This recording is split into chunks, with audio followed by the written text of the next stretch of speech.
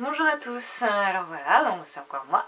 Je fais une petite vidéo cette fois-ci parce que nous sommes le 24 avril 2018 et donc ça fait 3 ans que j'ai été opérée de la colonne vertébrale suite à ma scoliose.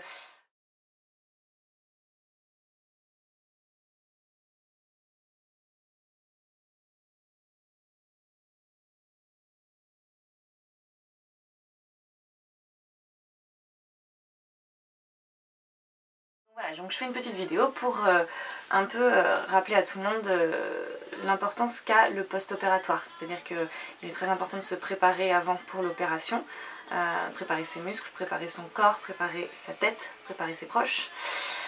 Le moment présent aussi est très important, il faut bien assurer sur la rééducation, ça je le dis à chaque fois, mais la rééducation est quelque chose de très important.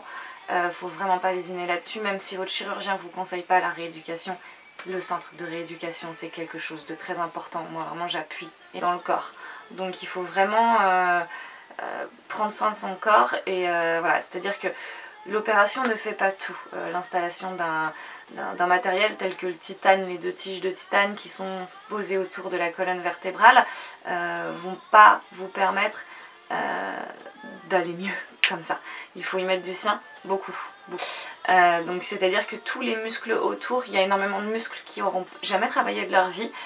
Donc ça, il va falloir les travailler, les muscler, et jamais baisser les bras parce que moi j'ai fait cette erreur là et malheureusement pour moi j'ai eu quelques petits soucis de santé récemment. Donc vraiment il faut pas baisser les bras même 2 ans après, toujours faire du sport ou en tout cas garder une forme physique. Et prendre soin de son dos et des muscles qui vont autour, donc que ce soit les abdos, des muscles qu'on connaît pas trop, enfin vraiment travailler énormément sur sa forme physique. Le titane c'est très fort, mais c'est encore plus fort avec tout ce qu'il y a autour. C'est comme un arbre, il a besoin de ses racines. Voilà. Alors ensuite, point important aussi, parler à vos proches. Je parle de pour ce cas, pour des cas d'opération d'un handicap lourd, pour la vie, dans le quotidien, tout le temps, il faut parler. Quand vous avez mal, où est-ce que vous avez mal, pourquoi vous avez mal, vous allez bien. N'hésitez pas à leur expliquer pourquoi vous allez bien et ne vous cachez pas non plus. Le montrer et le dire quand ça va pas, il faut anticiper les choses pour éviter de surprendre malheureusement vos proches et les décevoir. Je prends exemple, moi j'ai un petit peu été flemmarde et j'ai arrêté un peu le sport et je sais pas ce qui s'est passé d'autre dans ma vie qui a fait que j'ai un peu baissé les bras. Et donc j'ai arrêté le sport. Et j'ai eu des douleurs intercostales qui se sont un peu calmées, elles ont commencé au mois d'août 2017. Un petit picotement au moment où je rigolais, contraction et ça m'a fait un petit peu mal sur les côtes. Je me suis pas inquiétée plus que ça. C'est parvenu, puis en décembre je rigole, j'explose de rire avec un ami et la douleur revient. Et cette fois-ci elle revient encore plus forte que cet été. Donc là je m'inquiète un petit peu, mais pas trop non plus, et j'alarme pas non plus mes proches. J'en parle vaguement à mon frère, vaguement à son ami ostéo, et a priori ça n'a pas l'air d'être une fêlure, donc bon, je laisse un peu passer jusqu'à ce que...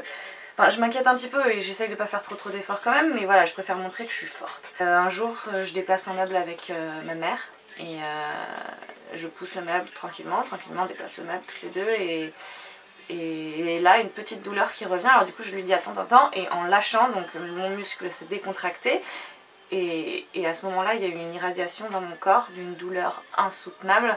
Et bah, je suis comme tombée dans les pommes, c'était à la limite en tout cas de tomber dans les pommes et c'est très douloureux. Ma mère a eu très peur et j'ai plus envie de revivre ça, jamais, que ce soit... enfin non, j'ai plus envie. Je regrette d'avoir pas suivi ça de très près et de ne pas avoir fait attention et de ne pas en avoir parlé à mon médecin immédiatement et de ne pas en avoir parlé à mes proches immédiatement quand ça m'est arrivé au mois d'août. Vous connaissez votre corps très bien, mais vos proches peuvent vous aider à faire les bons choix et votre médecin aussi connaît votre corps très bien et voilà, donc pensez à garder un lien et un fil conducteur tout le temps avec votre médecin, votre kiné, un chiro, enfin en tout cas avec quelqu'un du corps médical qui peut diagnostiquer s'il y a le moindre souci. Ça c'est très très important. Donc oui, parler à ses proches, c'est important parce que du coup c'est s'accepter aussi, c'est-à-dire qu'il y a effectivement l'anticipation d'une quelconque douleur, etc.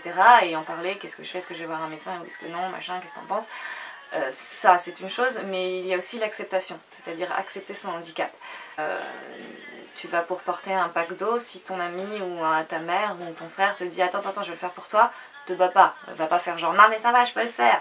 Non, tu peux pas le faire, ça te fait mal, accepte. Accepte que t'es handicapé, bah ouais, c'est un mot qui est chiant et je sais que certains sont pas d'accord avec moi là-dessus et qui m'ont déjà dit c'est pas un handicap.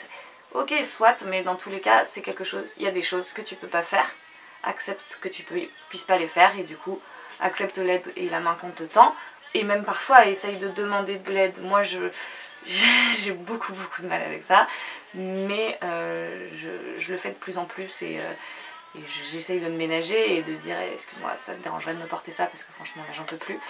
Après c'est vrai que dans mes proches c'est plus souvent eux qui me disent attends mais Julia je peux te porter ton sac, t'inquiète je peux te porter ci, je peux te porter ça. C'est vrai que c'est un peu chiant de se sentir assistée comme ça, mais c'est pour la santé et c'est la santé avant tout et si ça dérange pas vos proches de le faire, bah c'est royal. Accepter l'aide de quelqu'un c'est s'accepter soi-même et c'est un grand pas.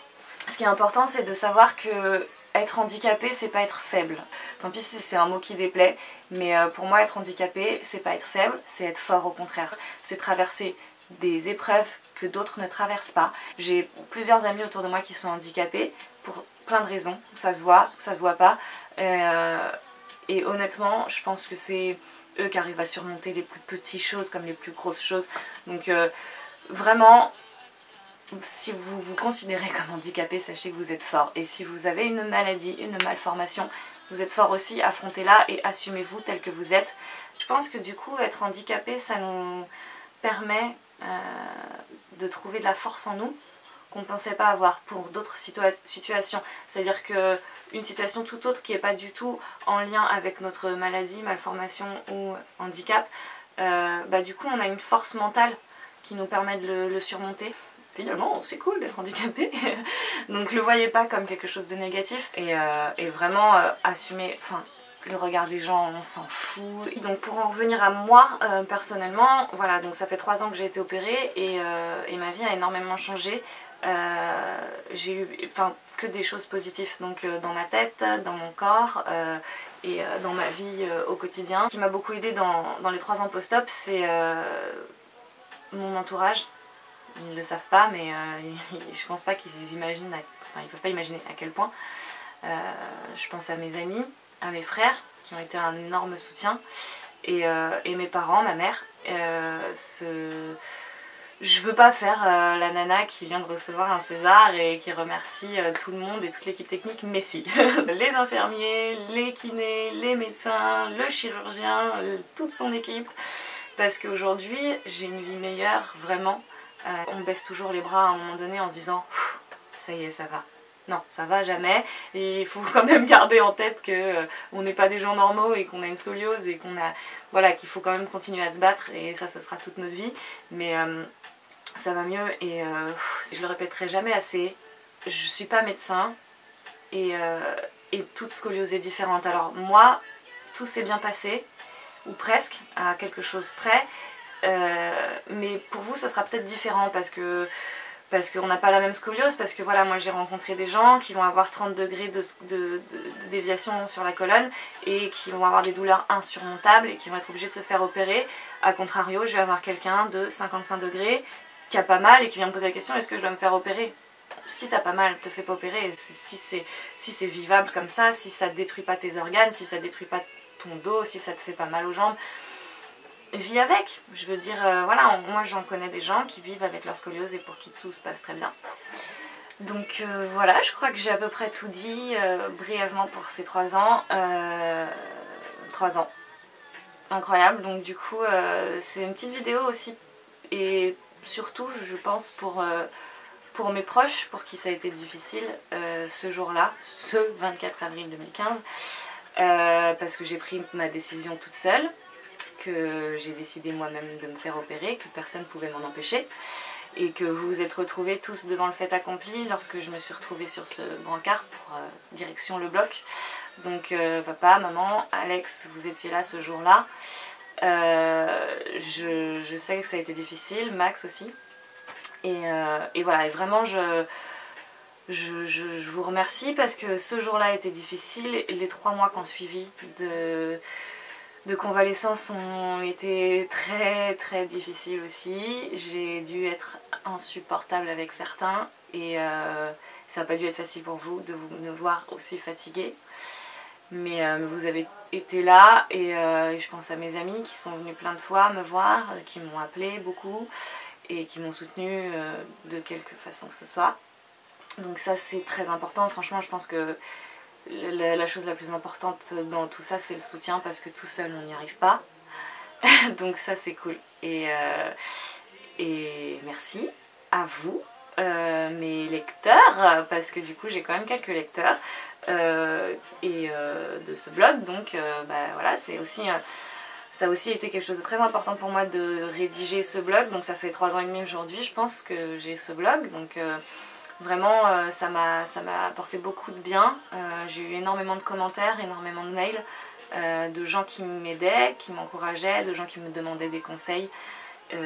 Ça m'a fait du bien de pouvoir renseigner du monde parce que moi à l'époque où je cherchais j'avais pas trouvé énormément de choses à part sur Doctissimo et je vous interdis d'aller sur Doctissimo. Alors je n'ai rien contre ce site hein, mais quand même ça fait un peu peur, t'as la moindre chose on dirait que t'as un cancer et que tu vas mourir demain, donc bon voilà, je préfère vous rassurer, hein, l'opération de la scoliose aujourd'hui en France ça se passe très très bien. Vraiment merci à tous pour votre soutien. Je sais que je réponds pas trop à tous vos mails parce qu'il y a certains mails auxquels je ne peux pas répondre en fait. C'est des questions qu'il faut poser à des médecins. Moi j'essaye aussi de me détacher un peu de ça. Je garderai toujours cette actualité sur mon blog, mais je pourrais pas le tenir aussi quotidiennement parce que c'est quelque chose dont j'essaie de me détacher petit à petit et de grandir et d'évoluer sans penser tous les jours à mon opération. Ce qui m'importe c'est surtout de savoir que les gens vont bien et voilà, que vous prenez les bonnes décisions et que les opérations pour vous se passent bien, voilà. Le dernier petit message que je voudrais dire c'est surtout acceptez-vous vous-même tel que vous êtes, ça c'est très très important parce que quoi qu'il arrive vous êtes beau si vous vous aimez et acceptez aussi les autres. Il est handicapé et ça veut pas dire qu'il est plus con que vous ou... Enfin, je sais pas, en fait je sais pas ce qu'on pense quand on voit un handicapé et déjà sachez même qu'une personne lambda qu'on voit comme ça, physiquement elle semble normale, elle peut être handicapée aussi, donc on ne juge pas un livre à sa couverture s'il vous plaît. Et voilà, c'est la seule chose que je voudrais dire, donc c'est un truc peace and love, voilà. Non mais vraiment merci à tous et prenez soin de vous, c'est très très important, et faites du sport, mangez sain, et tuez pas les animaux. Bisous!